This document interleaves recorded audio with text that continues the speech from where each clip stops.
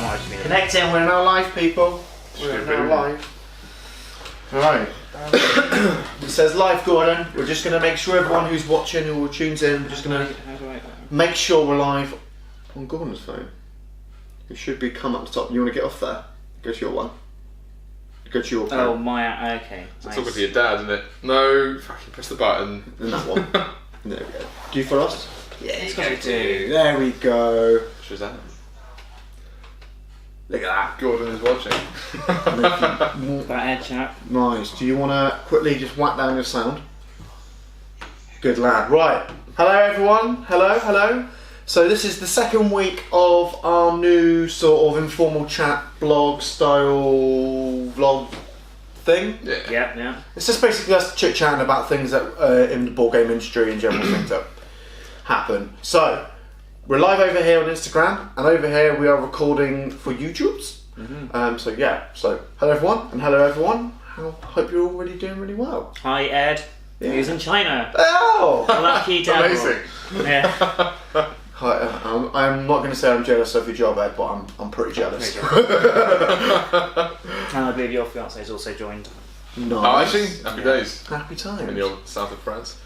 So today's chat, we are going to be talking about what board games haven't we played but we want to play. Now this can be a game that is coming out that hasn't been released yet. It can be a game that is currently out, but we haven't played it.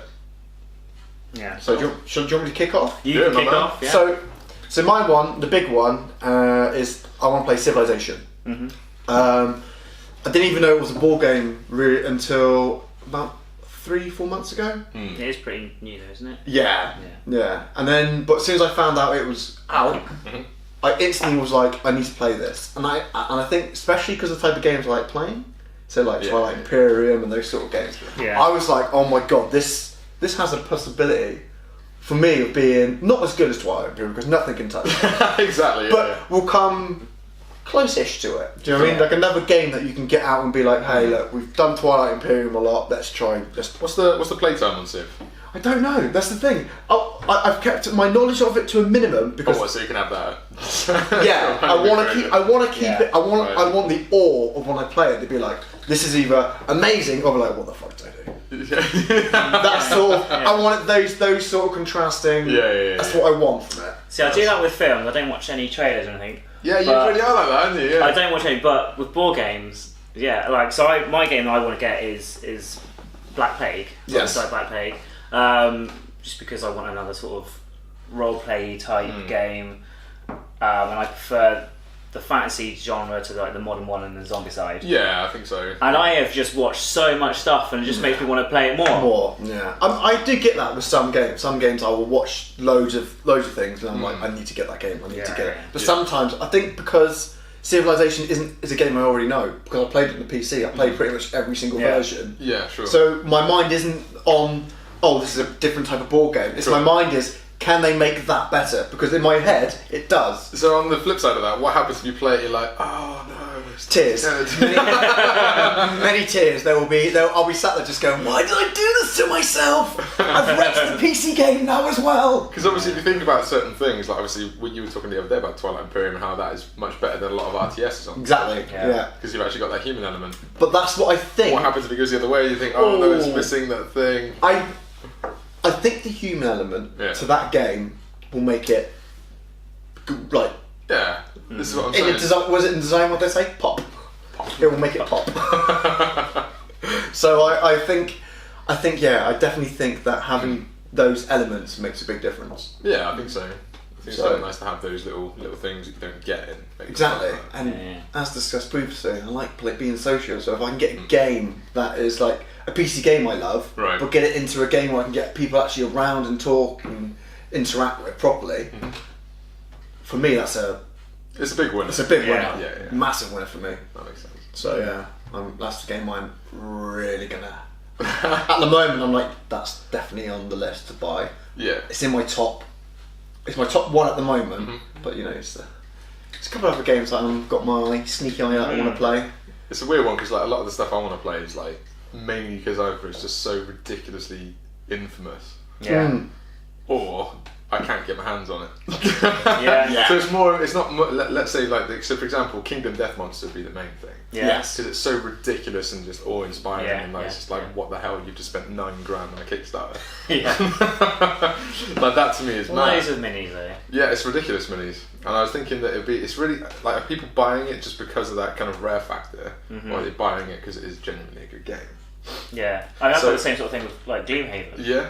Really want to play that, but It's not $9,000 though. no, it's true. I think with Gloomhaven though, That does look bitchin'. It looks really good, but we've Yeah. kind of discussed this. We kind of want the hype to die down, and then play And it then jump to in. try and be a bit more like.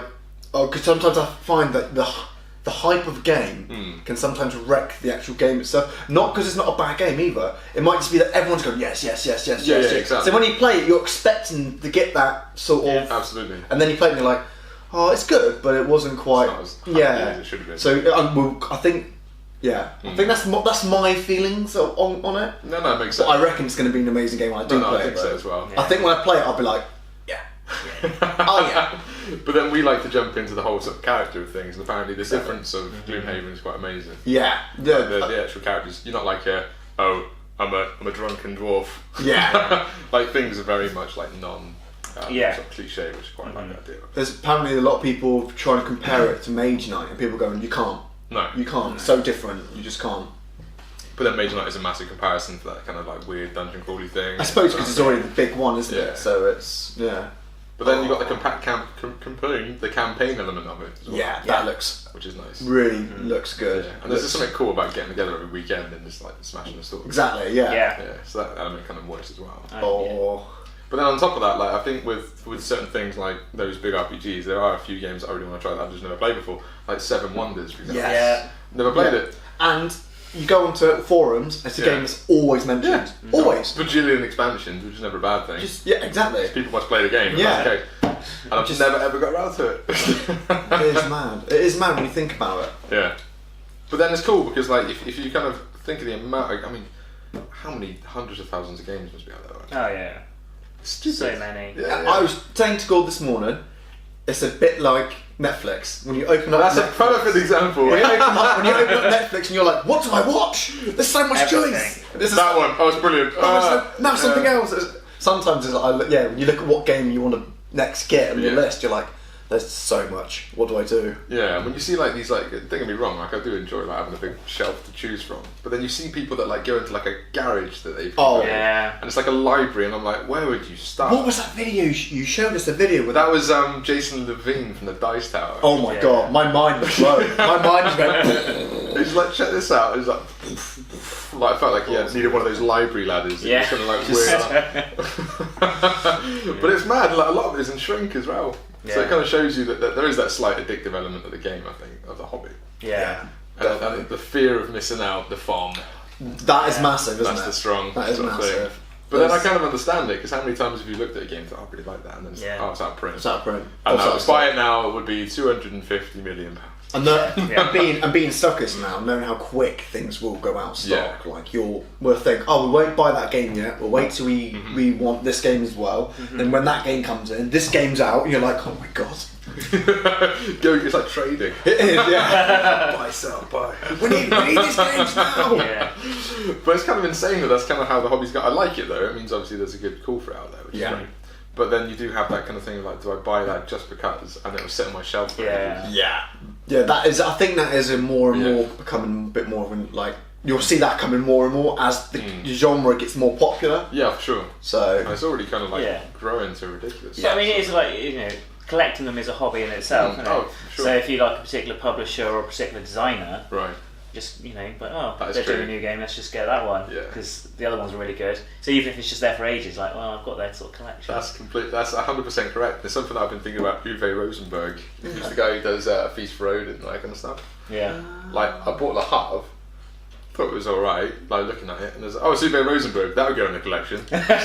I suppose there's always going to be isn't there, isn't there? You're going to be certain people that make games, Yeah. and you're always going to be like, I trust that person. Yeah. So yeah. I can imagine like Vlad Shvatil, he does the Mage Knight stuff. Yeah, exactly. You probably see that now because Mage Knight, you're like massive. Yeah, exactly. So if he releases something new, I'm going to be like, I am. Yes, very Vlad. interested. Thank you very much.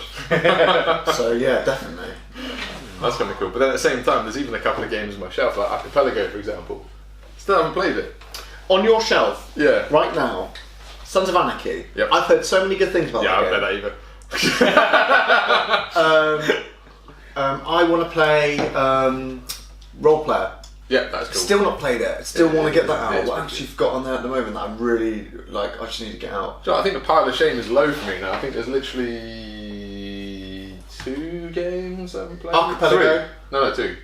Yep. Robinson Crusoe. Nice. That is awesome. So that's probably the games in your one that I'm in my head. I'm like, that's what I got. We got Acne out the other day. Oh, Anarchy is amazing. The time travel element in that game. Yeah. Blew my mind. It's the only time that I believe. Well, I say time travel done right. 'Cause Time Stories is amazing. I know you guys haven't played that yet. Please do. It's amazing. Yeah, we will. But that's a point of contention online. Okay. I think it's a bit Marmite-y. I I love it, and you're wrong if you don't. That's hilarious. But it's kind of interesting because like there is that whole idea of like, oh yeah, I bought this game. I haven't played it in 6 months. Yeah. But do you feel like you kind of come back to the games that you play quite a lot? Definitely. There's definitely. So you know it's going to be a winner. Well, everyone wants to have a laugh. There's definitely going to be games that you will always come. I think what the way I see it is, if you do it on like a percentage sort of thing, I think 70% of the time I'm replaying the same sort of game, and then I have 30% of my time where I'm like, my experimental time. Now I want to try a different game. Now I want to taste the different flavours. Yeah, sure. Yes. That's probably the best way of putting it. You're part of the joy of board games is playing it over and over again and getting better at it. Absolutely. Yeah. But some people do like learning a whole new game. Yeah. So For me, it's like a 70-30 split, where 30% of the time I want to try something new, and then the rest of the time I'm thinking, how do I get better at Twilight Imperium? How do I get better at Small World? How do I get better at... So to get better at Twilight Imperium, you've got to go for points, Matt. To put that in context, Matt's like, I don't like points, just like destroying your fleet for no reason. Look, there isn't memes about it or anything. I'm literally explaining this game again, right? So the game's wrapped up in points, and then Matt's like, no, you don't need to do that. Just fight everyone. Yeah. Hey, I always become mid of the pack. Never win the game. And is that a better endorsement for Twilight Imperium strategies? I've never done one. Well, look, I'm not going to lie. One day I'm going to release a video of the Matt Bloss's way to play the game. Just everyone you lose. Or you lose good. You lose so well, you win. I like that. So with Twilight Imperium though, I was just thinking about this.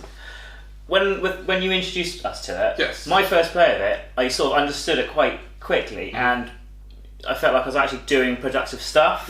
Yes. A lot of games, sometimes when it's your first playthrough, you're very confused. So a lot of games you take 1 or 2 games to actually understand to play. Oh, 100%. And say if you have a bad experience, then you might not go back to it. So if you just happen to just slog through it and you weren't in the mood for it, then it'll put you right off the game. Yeah, you're 100% correct. That will also taint your what you're looking for afterwards. You know what I mean? Your next buy so for instance, say you play Twilight Imperium, and you hated it. Yeah. You might not go. Which game you pointing to? Twilight Imperium. Yeah. You may then not want to buy a game like Twilight Imperium. Yeah, totally. You know what I mean? You might think, you know what, I'm going to change. I'm going back to a Euro style game because for my next game, because I just didn't get the flavour for that one. Didn't get the taste. Didn't get the. Then you would kind of like that was Scythe. I want to go back to it though. I think it's a difference. I think with Scythe, for me, it's that first game. I literally just blew my mind. To be honest, I think that's very common though. I think you need to explain to people when they first play it. Look, this is going to be getting used to it. Very much, yeah. I spent the whole time just trying to think, right. So how do I do this? And then every round I found out, although I was learning more each round, but by the time I got to the end, I realised I was so far behind. Yeah. That I was like, oh, actually, what? It's an interesting one. I think you do need to explain to people like that. You're so spot on with that. Like, you need to make sure that first impression's a good one. Yeah. And then here's the thing: some people might see a game that's similar to that and go, "I'm not playing it." Yeah. Yeah. So going back to that idea of like, what games haven't you played? Sometimes it's because your mates won't play a game like that. The thing with Scythe that makes me want to play it and go back to it is that I know that so many other people I know like the game. And then they like a lot, very like, you know, they got very similar tastes to what I've got. So it makes me go, well, obviously this must be a time of investment sort of thing. That once I get to a certain level of competency, for sure. once I've got that competency and I feel like I know what I'm doing, this game must rock and roll. Yeah. But until that point, it's like I know it's a learning curve. 100%. So but that's kind of cool. And I suppose it depends on what type of person you are. Like, do you want that instant gratification, or do you want to kind of, you know, master a game? Yeah. Then it's kind of what I like about Scythe, Twilight Imperium, everything we talked about. It's got that variability in it which you can't really master. Yes. Yeah, definitely. There's always someone, not saying anyone's name, Nat Busker, will always come in and just... Matt's playing opposite side of the table. How long have we been going now, Gord? About 90. About 90 minutes. Nice. Okay, people. Well, at that point, we're just going to start wrapping it up because we just want to keep these fair, not too long, just short conversations. Massive thank you for watching today. And like I said earlier on, thank you for watching and joining us on the live stream because it makes a big deal for us. If you've got any like games that you guys want to play, like obviously that you haven't hit the table, tell us. Leave a comment below. Tell us on the post here, and we'll have a good conversation about adding each other's ideas to each other's ideas, basically. So obviously you might name a game. I go, oh, haven't heard of this. Yeah, or that's terrible. Go away. Yeah. So on that note, everyone, see you later, and thanks for watching. Cheers. See you later, and thanks for watching. Cheers. Happy days. Bye bye.